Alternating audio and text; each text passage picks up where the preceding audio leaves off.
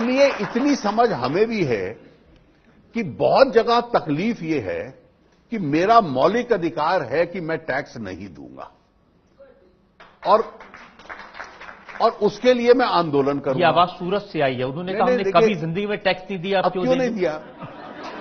अब मुझे बताइए, अगर मैं 50 करोड़ 100 करोड़ का बिजनेस कर रहा हूं, ना मैं इनडायरेक्ट टैक्स देता हूं, ना मैं इनकम टैक्स देता हूं, तो मैं सरकार की और देश की सड़कें इस्तेमाल करता हूं कि नहीं करता?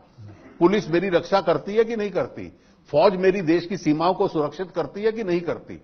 अगर करते हैं और आप पब्लिक फैसिलिटीज को इस्तेमाल करते हैं, तो उसको मेंटेन करने के लिए जो टैक्स चाहिए, कहा कि मेरे व्यापार का ये अधिकार है, फंडामेंटल राइट है कि हम टैक्स नहीं देंगे, तो कम से कम ये सरकार इस तर्क को नहीं मानने वाली है।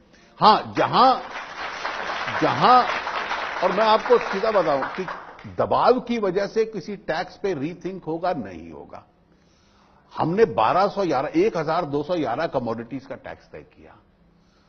हम लोग गलती कर सकते हैं और कहीं गलती हो भी सकती है। जैसे कल एक गलती हम लोगों ने सुधारी, और मैं बड़ा सरल उदाहरण दूं।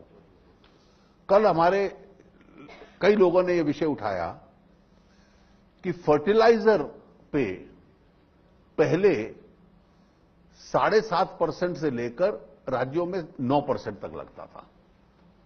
अब 7.5 और 9 को 5 में डालें या 12 में डालें? हम लोगों ने 12 में डाल दिया। कल लोगों ने कहा देश के किसान की स्थिति बहुत पतली है, फर्टिलाइजर के बैग की कीमत 31 रुपए बढ़ जाएगी कल से। तो सभी फाइनेंस मिनिस्टर्स ने कहा भाई फिर तो इस पे सोचना चाहिए। तो जहां मतलब एक इलेक्टेड लोग हैं, इसलिए सेंसिटिव हैं कि हम किसान की वल्नरेबल सिचुएशन है उसको और बढ़ा दें, ये नहीं करेंगे। लेकिन कोई संपन्न सेक्शन कहे कि मेरा अधिकार है टैक्स न देने का, तो देश ऐसे तो चल नहीं पाएगा।